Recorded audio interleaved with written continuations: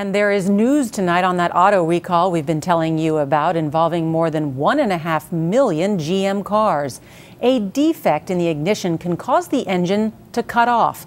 It is linked to 31 crashes and 13 deaths. Now the federal government is investigating whether GM dragged its feet on that recall. But Jeff Glor has learned there are concerns the government was slow to respond as well. I went downstairs and my phone rang.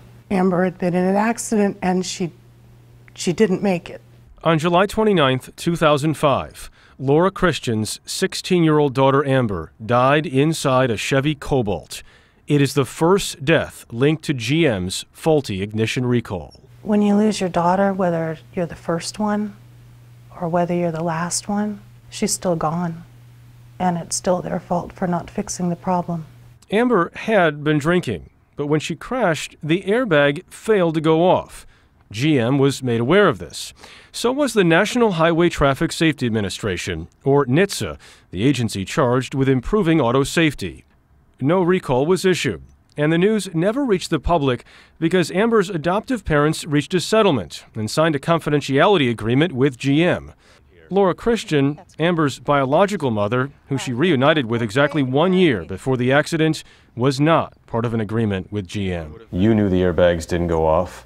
They knew. Did they ever explain why? No, they just settled.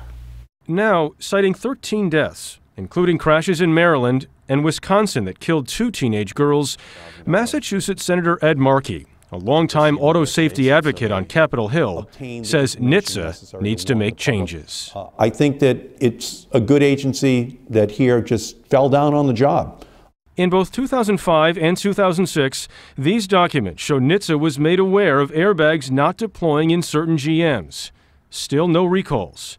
Today, NHTSA told us they constantly monitor accidents.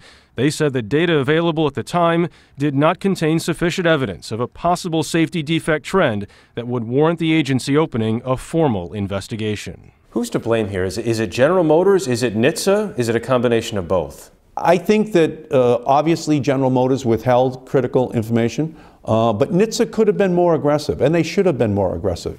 What's the message to GM from your perspective? That there is no acceptable loss of life.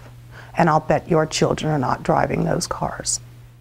We asked GM for an on-camera interview. They declined, but told us ensuring our customer safety is our first order of business. We are deeply sorry, and we're working to address this issue as quickly as we can. Nora, GM says they're working with NHTSA on this latest investigation. All right, Jeff, thank you.